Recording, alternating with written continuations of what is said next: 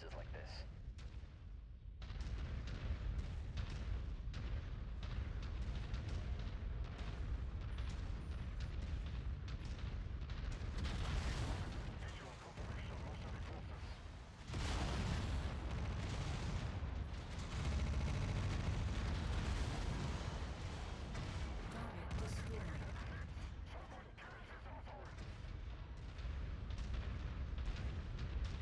I'm here, Commander.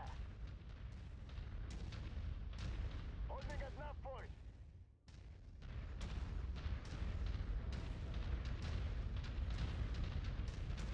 Target acquired.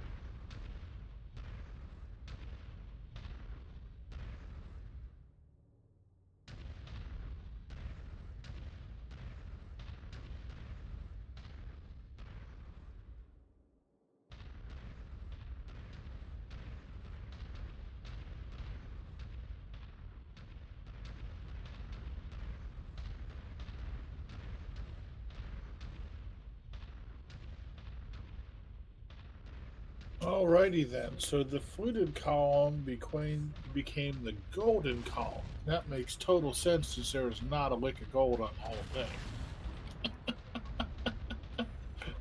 If only I had known how stupid they were. Firing on the commander's requested target.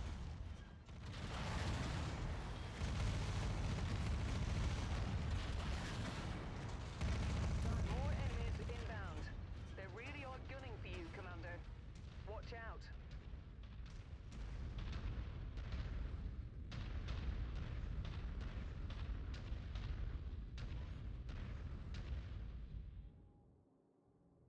Unable, Commander, sorry.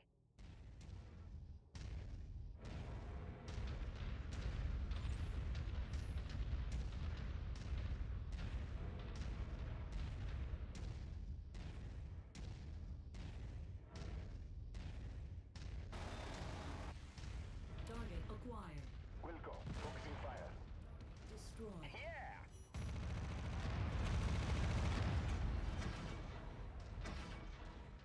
We're on it, Commander. Target destroyed. Group rendezvous acknowledged.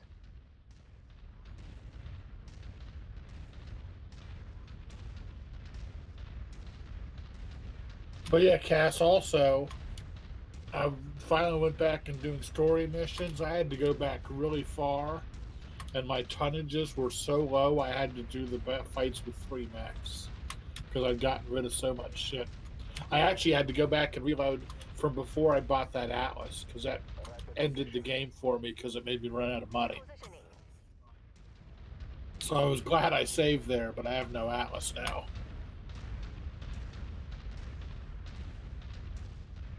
You don't need an atlas. You have Google Maps. And there'll be more Atlases. I'm not too concerned. What I really want is a fucking Annihilator because Russ was saying Gauss rifles are fucking OP as shit. Holding at location. I'm at the location, Commander. That's why I want a Night Star. Aren't Gauss rifles like not available in this time frame? Lost Tech. Yeah. So you're fine. So if it's ever destroyed, that's it. That's all you got. Yeah, exactly. So he basically said in the stream, hoard your Gauss rifles for the end of the game. They will be useful. Which, I mean, they also made some changes. Like, they were trying to make it so that things don't spawn right in front of you, but that caused things to spawn right behind you. So they fixed that, but now things spawn much further away from you. You probably noticed, Kasabian? Yeah. So that's really good, but it also means you got to have a lot of long-range weapons. Right now they came from both sides. Yeah, and they also confirmed for me that fucking SRM6s are amazing and fucking the Kintaro is way powerful. Mm. But that's why I want now. I want that fucking Highlander that has like a bunch of missile slots Oh yeah. because that would be good to load up with SRMs. I have 3 SRM6s that are, you know, the 4 level. Target acquired. Mm. It's very nice. Target destroyed. It's very profitable. Except that my Kintaro always takes wicked ass damage and fucking then sits out like a month. Target. Yeah, well, it's because it's a medium.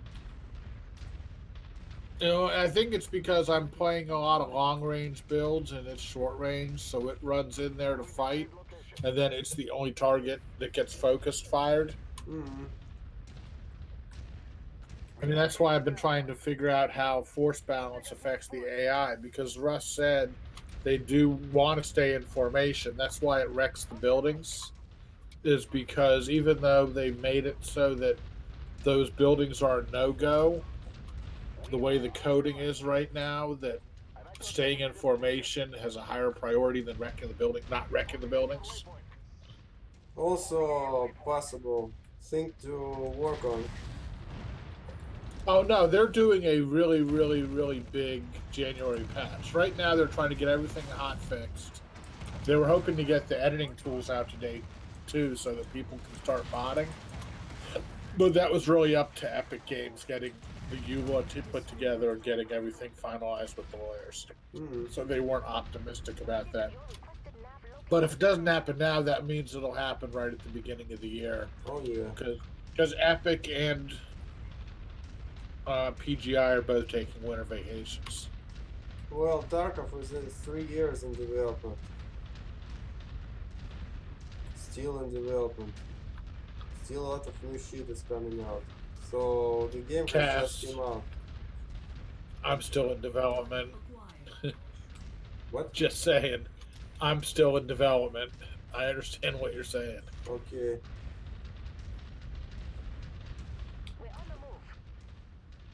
Some days it feels like we gotta roll back the code too, which is never good. Right now I need to kill this fucking Banshee.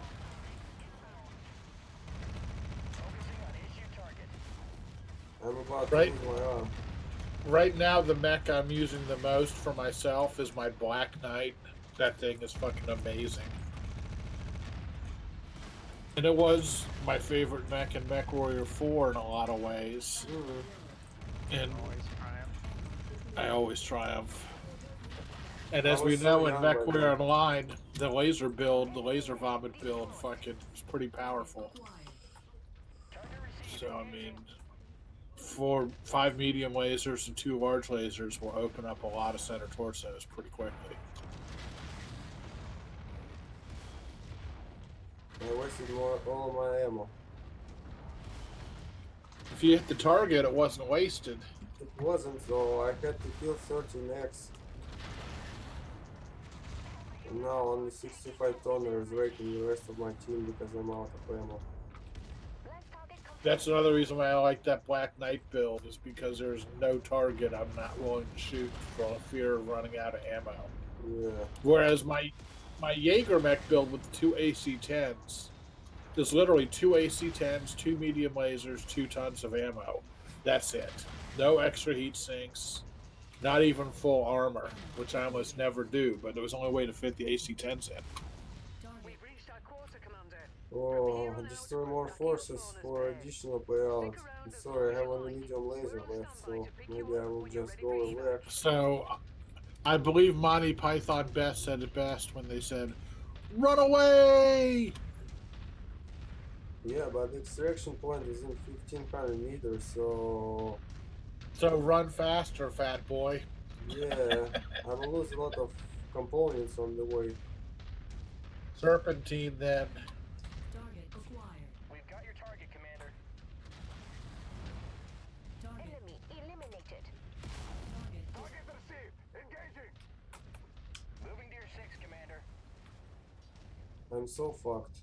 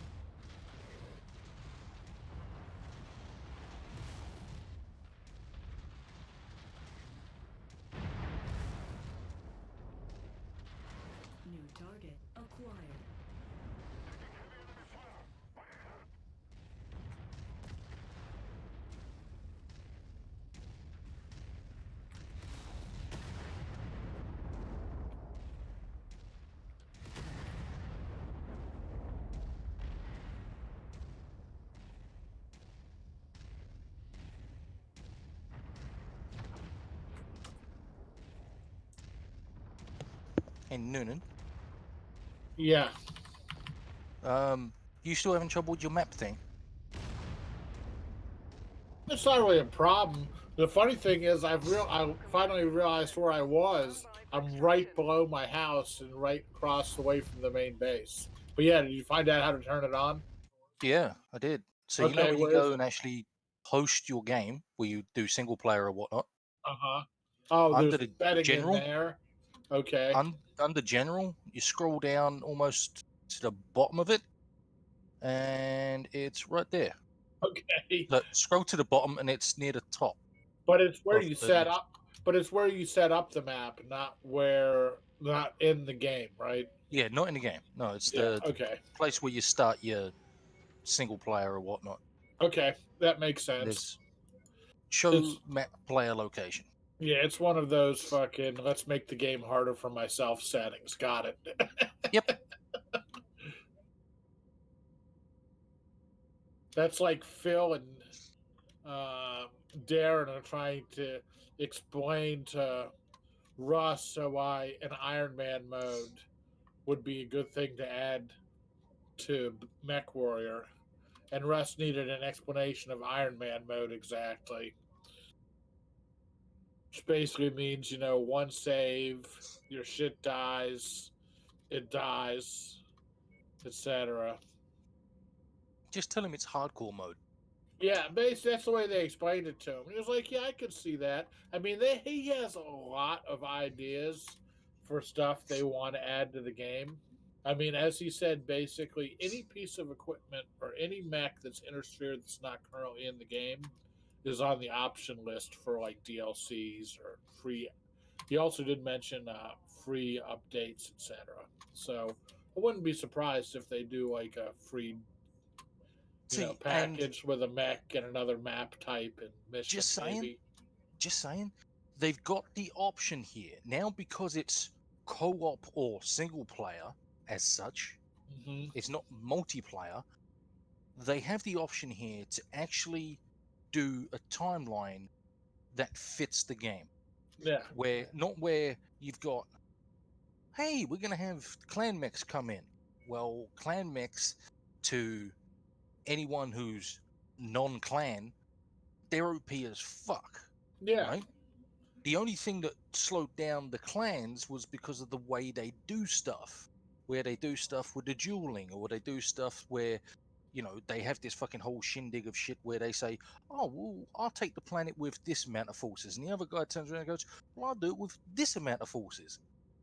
And the one who has the least fucking forces at the end of it is the one that, goes in. yeah. But they have the option of doing that now because they can actually make the clan mechs more formidable. They can Oh, leave them untouched. they could totally fucking do a lot.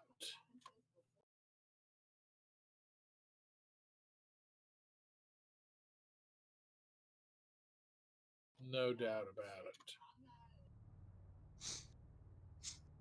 And But I mean, a lot of people would spend $50 on a clan DLC with a new storyline with no hesitation. And then all the whiny bitches who don't like the clans wouldn't have to buy it and they could just sit around and talk shit about, oh, the clans are stupid, fuck you guys. And that'd be fine. well, it's not a case of the clans being stupid or not. It's the case of people don't like it because they're overpowered, right? Now, there's a lot of reasons why people don't like the clans, and some of them are the stupidest shit I've ever heard in my life, Hells.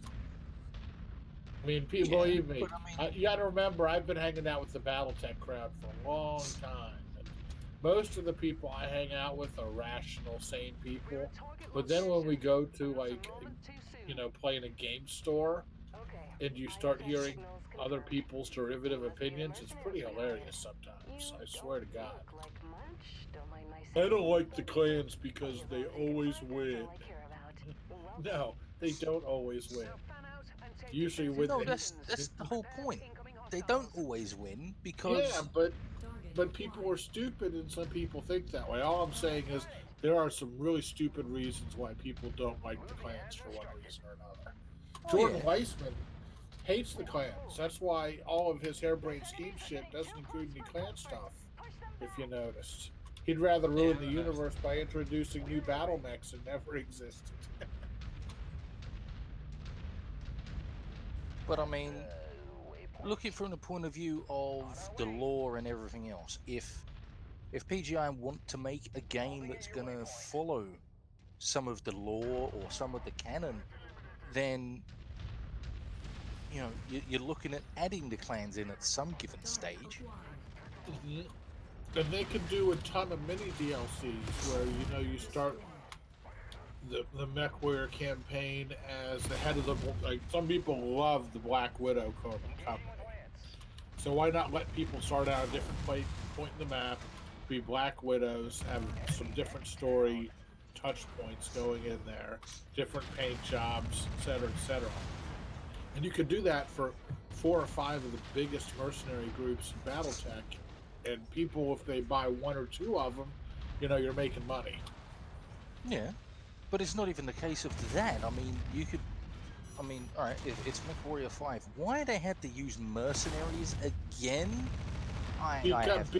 Because playing for houses is boring as fuck. Because you're a member of a military, but if you're a member of a military unit, you have no autonomy. In a mercenary atmosphere, you have the choice to do what you want, and that's totally the difference between the two. But here's the point though. A lot of people go and play like fucking Call of Duty and shit, right? Well, if you're playing through the campaign, you don't really have autonomy because it's the case of here's an objective, go do it, and it's more linear of push this way. You have allies who they're standing shooting. Yeah, but you can also shape things the way you want to. Like, I went with the same thing, kind of thing, sort of, when they were doing the stream last night. Sean Lang was saying that he refused to do any missions for the Drax originally, and that he also, a lot of, both him and Darren both said they refused to do any missions for the Capellans at all. So they just took some, like you were saying, some historical, fiction-y kind of stuff from their experience with the game and translating into their mercenary campaigns by saying, okay, I could be a mercenary and go work for those guys, but fact that, I'm going to RP this shit, and I'm not working for those fuckers. I'm going to do everything every chance I get to make them be the enemies and fight them, which I think is pretty cool. Yeah, I mean, it's basically your game, your way. Exactly. Like, I'm working instead of calling it Mercenaries, you just called it Mechwarrior 5. Yeah, no, but they talked about that too, and one of the things he was saying at the beginning of the stream was that, they had some options to do different things. And, they got some less good reviews from people who wanted a new, modernized Mechwarrior franchise. And their attitude was, no, we want to do what everybody else is doing and bring in a lot of things from the old stuff that everybody loved so much, and let those older people enjoy revisiting the same universe that feels texturally very the same. And Mechwarrior 5 does feel very similar to Mechwarrior 4 in that respect. Yeah. No doubt. I mean, it's down to everything except for fucking campy Mark Hamill video, cutscenes. Because if you remember, did you play Wing Commander at all? No. There was one that I got in towards the end of Wing Commander that was called Prophecy. That was a released sequentially type thing where you didn't really even get the whole game for probably a few months. They would release a chapter or 2 at a time. You could do submissions and wait. And that actually had Mark Hamill video cuts. That was back in the 80s and 90s when live action video was so big. Yeah. But, they thought about going with that kind of aspect too, but instead they got good voice actors to come in and do the 2 main characters you interact with the most, your mechanic Fahad and your, not commander, but logistics organizer person, Rihanna. Yeah. He also said they didn't really work on the storyline that hard until the last year of the game. They really concentrated on building the sandbox and the combat game before they really finished fully dialing in a story per se, because they were more concerned with getting the mechanics of the simulation right. And as they pointed out too, that really is their strength. I mean, let's face it, PGI, you know, in spite of all the bitching about Mechwarrior, has created a pretty good simulation engine that has evolved into something that's pretty solid. I'll give them this, right? When Mechwarrior first, like, I'm talking online, first came out, it felt like a simulator. Over the time, they've changed it up so it's more of a fucking FPS, quick this, quick that type of thing. Yeah, I think turning into like quick snipe shit, and I'm I like, no. I agree. It got too. The mechs got too fast too quickly, and I think a big part of that was engine changes. And I wouldn't be surprised if they did a Mechwarrior Online 2 that they did away with engine changes, because that would fix so many things. Well, it's not even just the engine changes. Like, having an engine change is one thing, right? But that's not gonna change the rate at which it can torso twist. It might give it more speed. That's already gone. They got rid of. I mean, that's one reason why I always liked my awesome 9M, was because when you put a 400 engine in that motherfucker, your torso rotation was huge, and you could totally play the billboard game of, oh look, I'm shooting you as I'm wide as a billboard, and now I'm rotating, and I'm the thinness of a piece of paper. So Yeah. good luck hitting me, you know. But yeah, no, them disconnecting torso twist from engine size definitely was an improvement, even though personally I didn't like it because I took huge advantage of it. But that's why I like Warrior 5, is because the mechs feel so much better than they do in Mechwarrior Online. I mean, a mech's, you're talking 100-ton mech moving at 48 kp. I mean, that's 100 tons. I mean, a truck doesn't even weigh 100 ton, right? And you're talking a truck does 50 mile an hour. Yeah, when that truck goes to stop, how far does it have to travel before it stops? Oh, inertia is still in there, and that's what happens in Mechwarrior 5, is that when you stop on the accelerator or the brakes, it's not instantaneous. Like, you can't just edge out from the corner, peek and shoot and come back. There's definitely some more momentum and inertia going on there, which is fucking awesome, I think. That's what they need to add back into Mechwarrior Online. Yeah, there's a reason why I don't play it right now, because it's Peekaboo Warrior. It's Peekaboo Alpha Warrior Online, and I hate to say it, but I'm sick and tired of fucking games like it. Yeah, but see, I also play the counter for that when I do play these days, because I do play my Street Crow some, but I pretty much bring my fucking 2 LB20X Mad Cat Mark II, and I just run in and shoot people in the face. What was that guy? Oh, remember a guy named Koreanese? Yeah. I mean, he was a total putz and a cocky fucker, but he was really good at Mechwarrior, and if you could get him to stand still for 2 seconds, he was actually pretty good at imparting knowledge that would make it, you know, he taught me some tricks that made me a lot better. Like, I remember fucking, he would just floor it at the beginning of fucking, what the hell is the name of the map? Not the volcano one, but the sulfur one that used to have the big caldera in the middle. Yeah.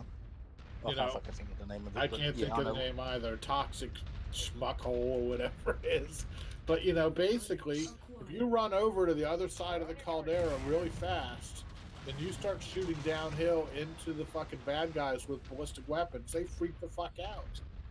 Yeah. And I remember running over there, and, you know, his thing was like, look, run over here, shoot every mech once, and get your assist total up to 8. That way, if you win, you're golden, you know? It's like, yep, that's a good fucking idea. You want to know the funnier part of what you're saying is?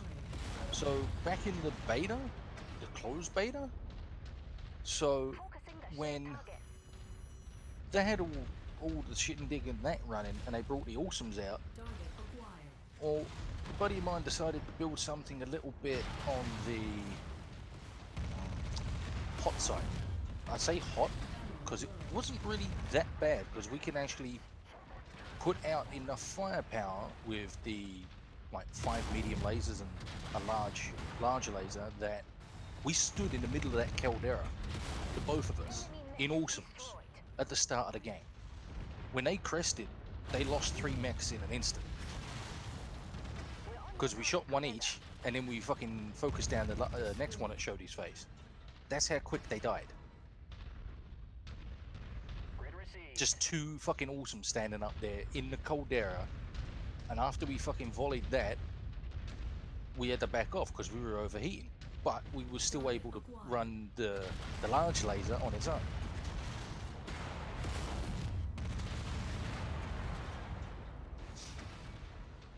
And fuck, this push talk button's driving me crazy. Another build that we used, I don't know if you remember a guy named Mechwarrior. Great name. He was from Hawaii.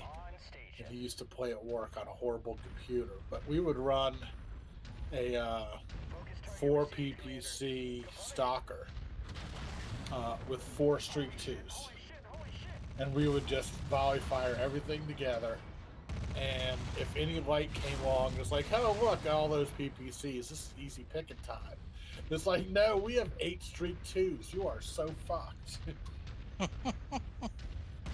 It was literally like we could kill 2 mechs at a time. You know, it's like, okay, shoot the fucking little guy with the streak, shoot the big guy with the PPCs. Look, now it's advantage us. See, the funny part was the strategy that we had for a while was take an Awesome, whichever the one with the fucking missile slots in it was. I can't think of it right now. It weren't the Q, it was the fucking other one. AW? Anyway, it was the one with the 4 missile slots in the torsos. So what we did was we packed in 4 SRM6s. This is before Artemis was even in there. And we'd have a 400 XO engine. Right? Just enough room. And pack the rest of it, like, at maxed armor, and pack the rest of it with ammo. I think we reduced the armor on the arms though. But me and this fella would literally just charge up the fucking what was the one? The Alpine Peaks one? We'd go through the tunnel. We'd get to the top of the tunnel, and if there was any mechs there weren't any mechs there in a second. That's how lethal they were, because it didn't matter what we were chasing. If it was a light mech, we'd still chase it down. If it was a heavy mech, well, it's screwed, because it can face one of us, but it can't face both of us. Yep. See, my favorite memories of that map involve either that awesome 9M, because they gave the ERPPCs a huge range boost. I actually won one of my CI House of Skulls training battles because, or I know I won it for somebody that wasn't mine. But I was like, hey, let me bring this awesome 9M and we'll just fucking play long range volleys because I got like 1,100 meter range. And fucking we just obliterated them. Yeah, when that awesome 9M came out, when it first came out, before they fucked around with it, the actual missile slots on it were a fucking godsend. Do you know why? Why? Because when you actually fired them, they didn't actually all fire at once. They would fire in like segments. So it would be, you could press the button at the same time, but these missiles would go out like there, and there. So it would be like, okay, so I know where these are going to go, and I can fire them, and it's like it's in chain fire, but it's not. It was fucking great, because I just walk up the shit, and it's just like, boom, they go to turn, they're still getting hammered. Yeah. I assume you don't care if I bring up the name Salacious Sparrow. No, I don't care. Because, you know, one of the reasons why I won my House of Skulls battle is because when you did these negotiations for the fight, you know, you took turns bidding back and forth on map and force size and things like that, was the way Ihasa and Joe and them had set it up. And, you know, I totally saw who was around and what the things were and saw the options for force size and ended up going small because I know full well that Salacious Sparrow likes driving big, giant, fucking huge honking things. And at that point, hit detection for him and driving small things was fucking problematic. So I ended up, doing like a 200-ton force size for like 4 people, which forced him to drive shit like Centurions and Cicadas. And I basically was, for all intents and purposes, we were fighting 4 versus 3 because, I just took him out of the equation completely. It was amazing. It was awesome. The only time Sparrow gets into a situation where he can lock you down is if you give him the ability to like actually